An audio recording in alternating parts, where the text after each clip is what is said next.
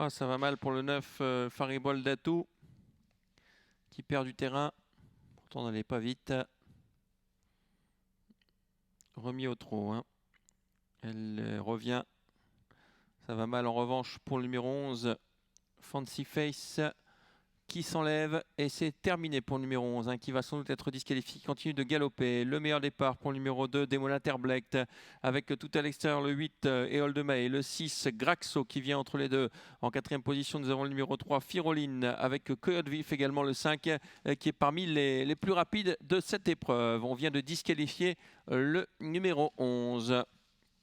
Premier tournant de cette épreuve avec Eol de May, le 8 qui a l'avantage devant Demona Terblecht. Le 3 Firoline vient troisième avec le numéro 6 Graxo. Un peu plus loin on se rapproche avec le 5 côté corde Coyote Vif et attaque du numéro 6 Graxo qui continue de se rapprocher, qui va tenter de se rabattre en tête. On laisse faire d'ailleurs puisque le 8 Eol de May est repris par Massimo Arix.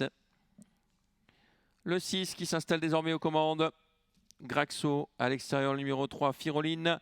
En troisième position, nous avons Eol de Mahé avec le 4 Eternel Day. Demona Terblecht, le 2 vient ensuite.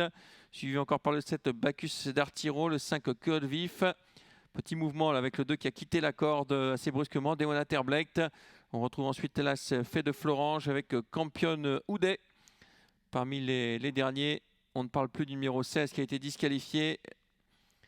Parmi les derniers, je vous le disais, on a Silou d'Herpion, l'un des favoris, qui tente de se rapprocher d'ailleurs en dehors. Le 14 qui quitte l'arrière-garde est imité par Fakir du Rocher qui prend son sillage. On est à un tour du but. Belle progression là, des numéros 14 et 15 qui viennent tout de même en troisième épaisseur les au vent. C'est maintenant que ça va se compliquer dans le tournant du chemin de fer avec toujours le numéro 4 Eternel Day qui a l'avantage. Avec le 2 Demona Terblecht en deuxième position. Tout à l'extérieur, Silou d'Herpion qui doit faire les grands boulevards désormais. On retrouve bien placé Firoline, le numéro 3, avec le 6 Graxo, le 7 Bacchus d'Artiro, et puis tout en dehors, le numéro 15 Fakir du Rocher. La ligne d'en face et Eternel Day qui semble contrôler l'épreuve. Désormais, Christophe qui se retourne avec Demona Terblecht qui est à 3 quarts à son extérieur. Le 14, Silou d'Herpion qui est toujours né au vent en troisième épaisseur alors qu'on se dirige maintenant vers le tournant final. Le 10 qui tente de se rapprocher également dehors, Campion Houdet. Le tournant final, c'est facile pour le numéro 4. Il est côté corde, Eternel Day. Il vire au plus court. En deuxième position, il y a le 2, Demona Terblecht. Le 14, toujours entre épaisseur. Le 3, qui a le bon parcours, Firoline dans le sillage du numéro 4. On débouche maintenant avec le numéro 4, Eternel Day, qui accélère, mais qui ne se détache pas trop pour l'instant avec le numéro 2 qui est là toujours à sa hauteur, Demona Terblecht. Le 3 vient ensuite. On retrouve également le 14, Silou d'Herpion. Le 15, Fakir du Rocher ensuite.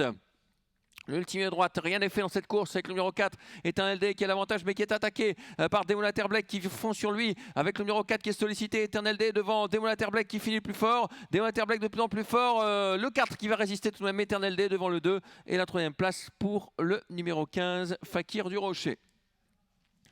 Courageux, courageux ce Eternel Day.